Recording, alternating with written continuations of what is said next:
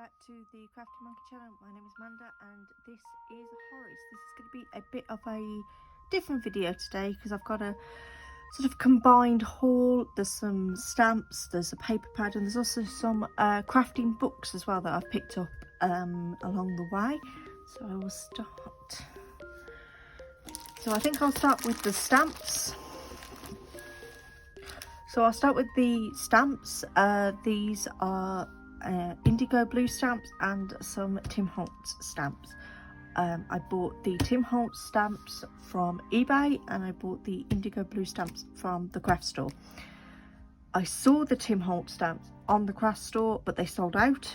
I couldn't find them anywhere, and then eventually I found them on eBay. So I'll show you these ones first.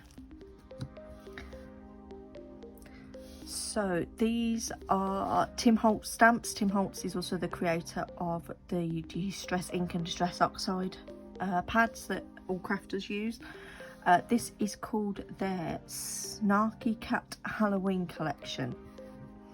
So it comes, they're on their grey stamps, red rubber on the back, so they're already pre-mounted and they're already sticky.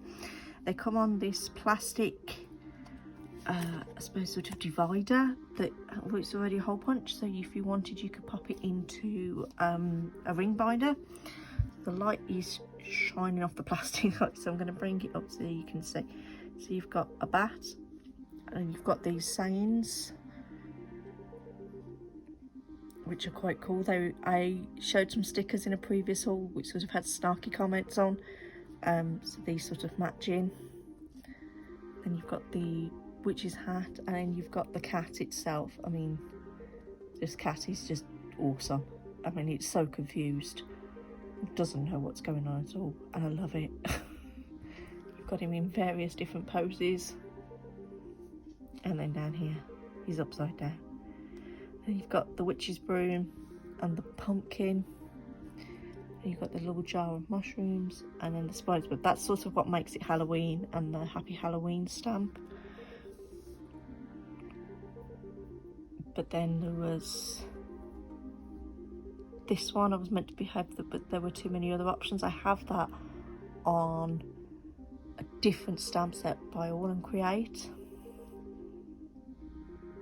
I like this one. Today Was Great Until People. And then this one, it's behind me. I have an idea. I have some little rat stamps. I think they're by Holtz Craft or something like that.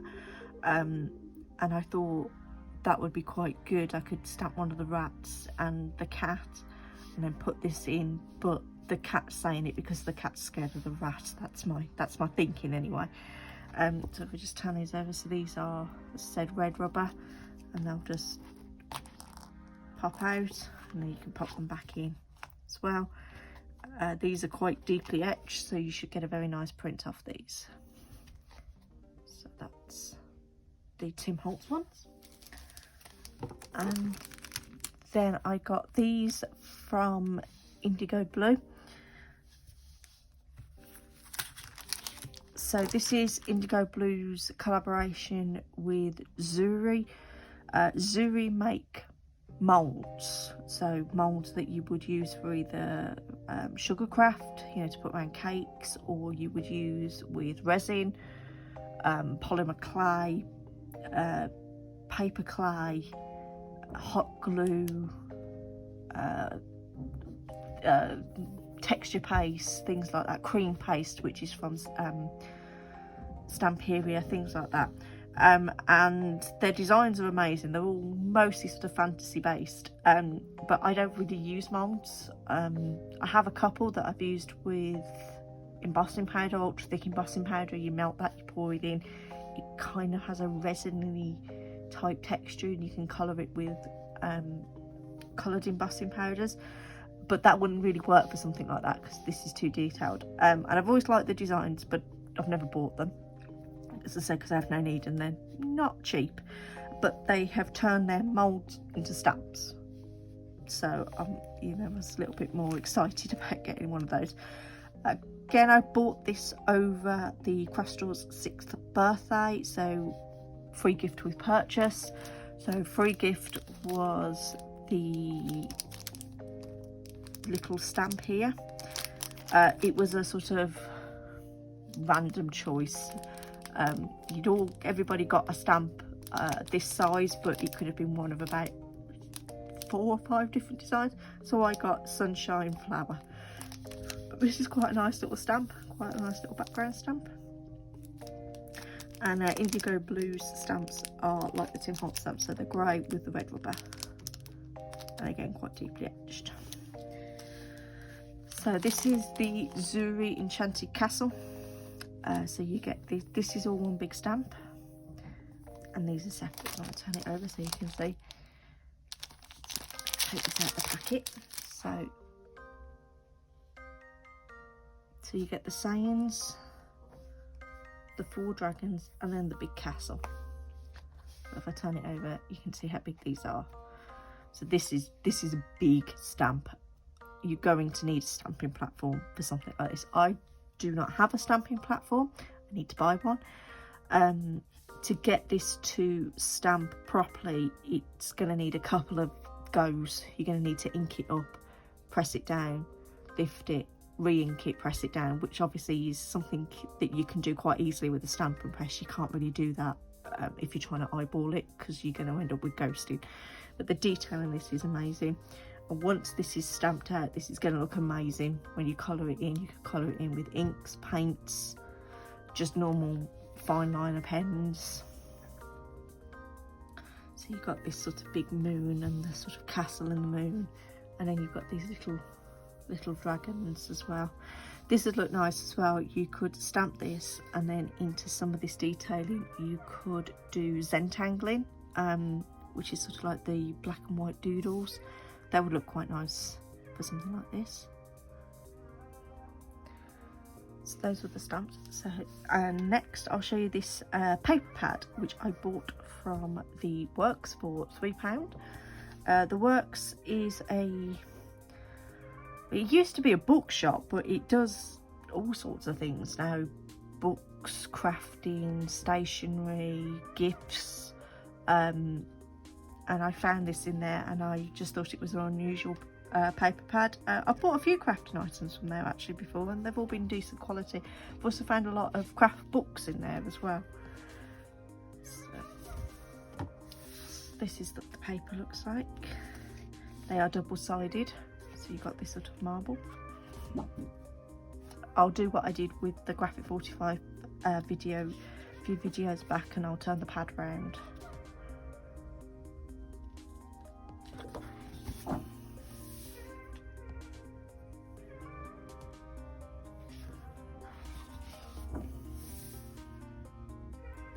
So I just like the colours in this. I liked the sort of realistic photos as well.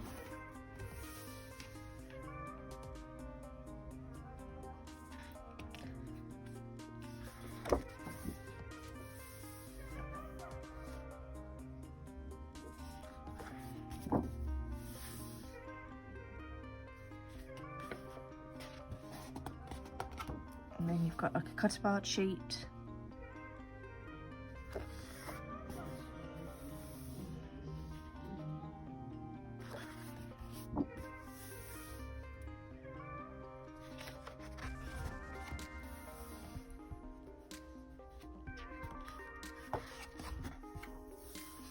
I love this one. So this is either a marble or a paint pour or a resin pour, and then they photographed it so you can see the bubbles in it and the gold glitter.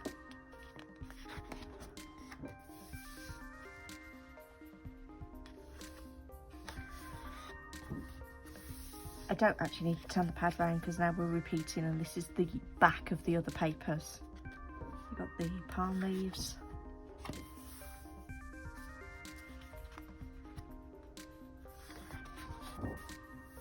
And this is the swimming pool.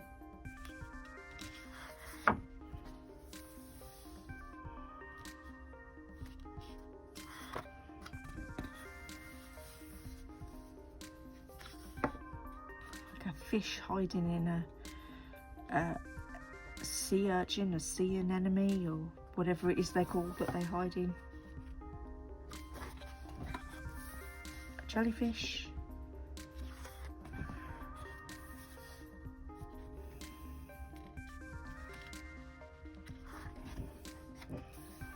Got this nice moonscape over some mountains. And a swimming pool again, but with a purple tint. This one, it almost looks like scales. I think it's bubbles, but it looks like scales. The wildflowers.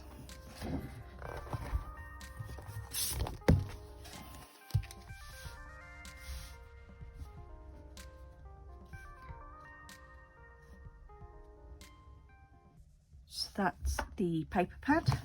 I've gotten a few different craft books. A couple I bought from the Works, where I got the paper pad from, and a couple I found in charity shops. So we'll go through. I have this journaling book. This was from a charity shop. So this is all sorts of different ways. I won't go through the whole book, but I'll just sort of pick out pages. Sort of how to get you sort of started into art journaling, mixed media journaling, what to do in your journal, how to use sort of blank notebooks, etc.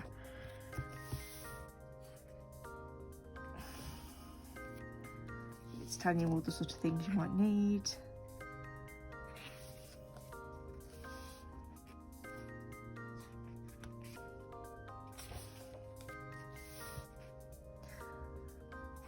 So it's all split into different chapters, so you know, it's telling you to draw, go out and find things, you know, draw a map of your neighbourhood. So it looks like it's aimed at children, but it is and it isn't. It's sort of aimed at adults as well. You know, anybody can sort of do journaling. So it's telling you, you know, how to draw animals, how to do quick sketches, and then sort of collaging, so taking pictures from magazines and then doodling over the top of them.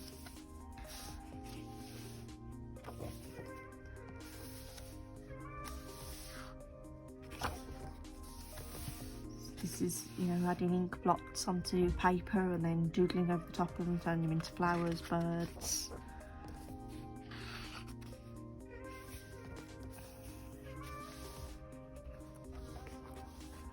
So this is sort of the art of collecting, collaging.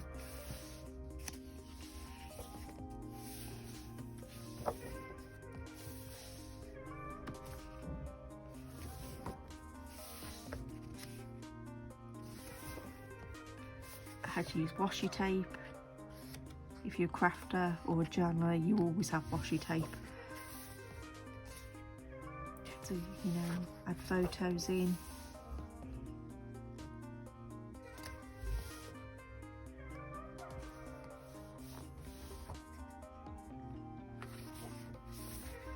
How to sort of make your own mandalas. How to do different types of font and improve your handwriting.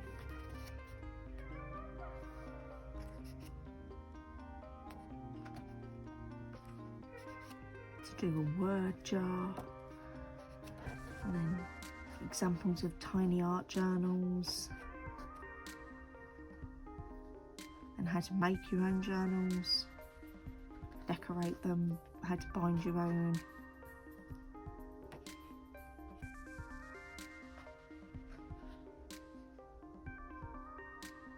And then at the back you've got some things to push out, so you've got a little envelope, and then there's all these sort of different craft papers,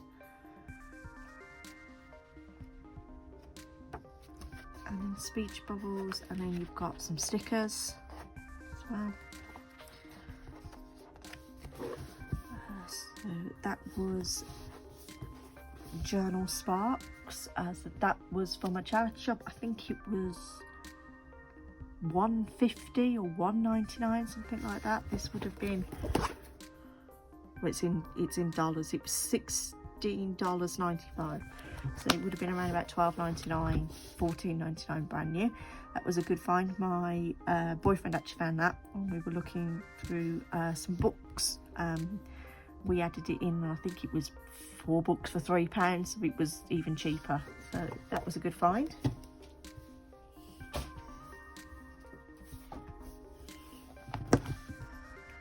And this one was also a charity shop find. I got this one from Oxfam, so it's a little bit dearer, $3.99. Oxfam, if you go to an Oxfam Books and Music, if you buy books from charity shops and things, Oxfam are slightly more expensive than other charity shops for books, but they have some good stuff in there, and $3.99 is not bad for this.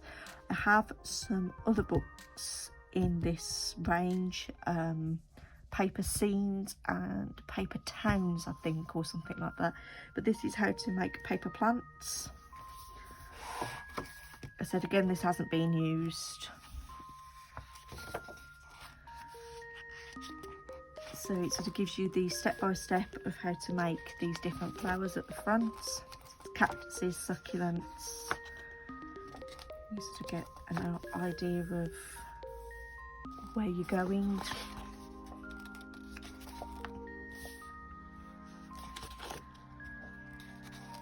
Big paper flowers like this.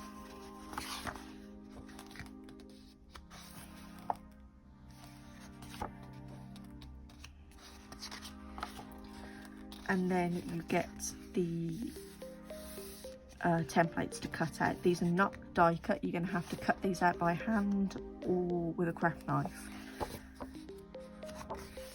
So again, I won't show you everything. I'll just quickly flip through.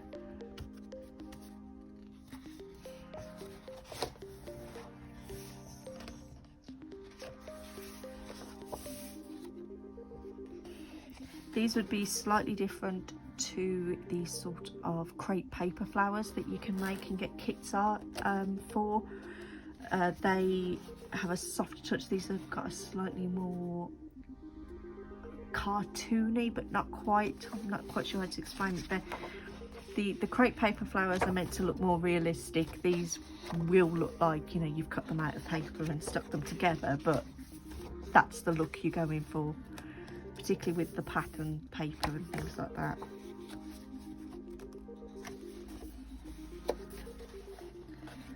So posies, and then different types of vegetables.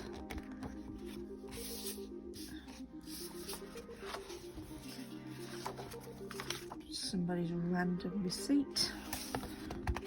So that was that one. Another good find. That one was brand new, $12.99, and I got it for $3.99. So these are the other ones I have. I don't know if you can see it at the bottom. So you've got one sheet sculpture and paper town. Those are the other ones I have. I bought those from the Works. I think they would have been about £4 each. So I got this one for roughly the same price as I would have paid for it if they'd have had it in the Works, because I would have bought it then as well.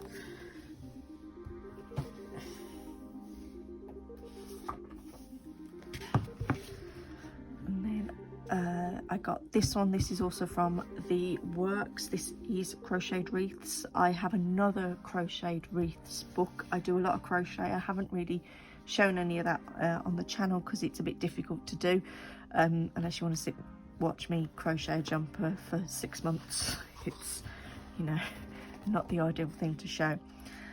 So this is how to do like the decorative home wreaths for different seasons. I'll just show you quickly because obviously I don't want to sort of put the patterns and out there, the instructions. It's telling you all about the different wreaths you'll need, different bases, and so got the different projects. So you've got the sort of autumnal animals, the robin, hedgehog, the little mouse, and then you can make all the foliage. And then taking some of the things you've learnt to make a garland, then the this is the one that's on the cover, so this is the succulents in the rainbow.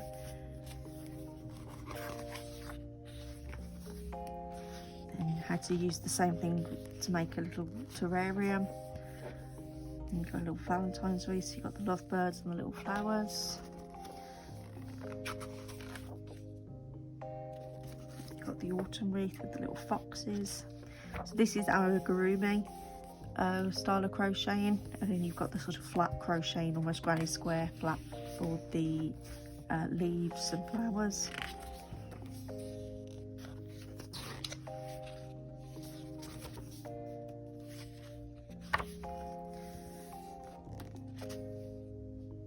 You've got like a berry wreath. Easter, so you're making eggs and flowers.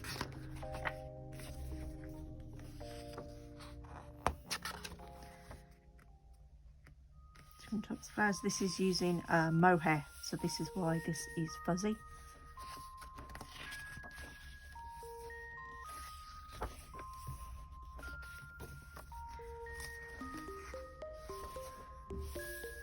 Harvest wreath.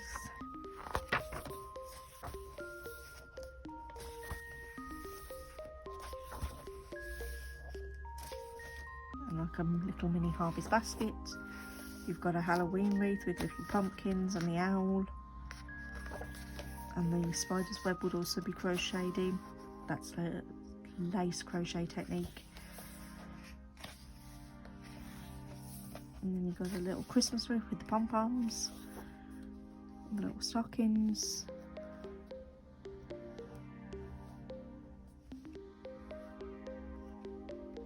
You can get these sort of wreath bases from Hobbycraft, and then there's all the sort of different techniques which are at the back of every book. How to make tassels, how to make pom-poms, how to block your work if you do blocking. I don't really block anything. I suppose I should really for some of the flat items that I make. How to attach items to the wreath. So there was that one.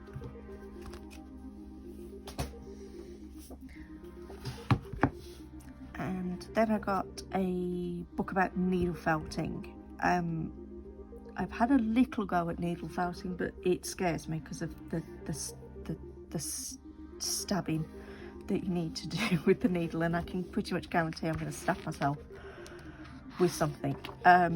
I have a couple of little kits from Aldi. Aldi do quite a lot of nice little craft items, but I really liked some of the things that were in this book.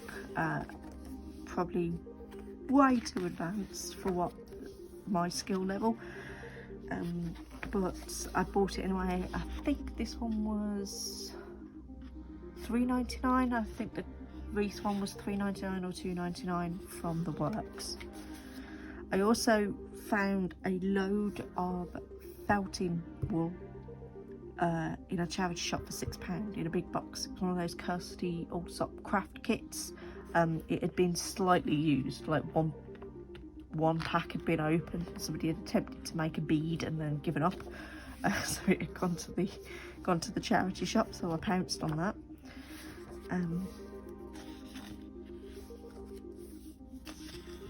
So these are all the tools, beginner's guide, basic techniques. Skip through this bit, and then I'll, how to add detail,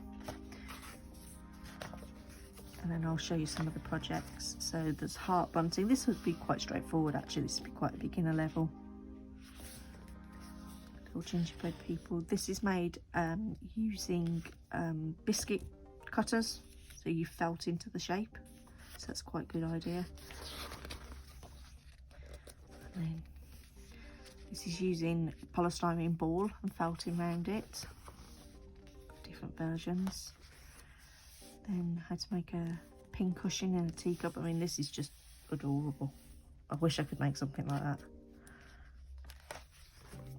Different, how different colours give it a different theme. This one, super cute. again, the same sort of style. You've got these little robins, and then obviously using the same technique to make different birds. The Amanda Panda. So yes, we'll make of that what we will for my name, shall we? And then using the same technique to make a bear. And then the rabbits.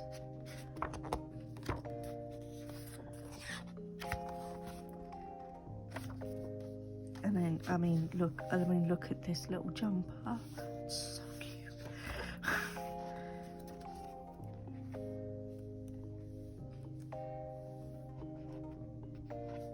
I mean, this is advanced. And then the sheep. And then how to make sort of dogs.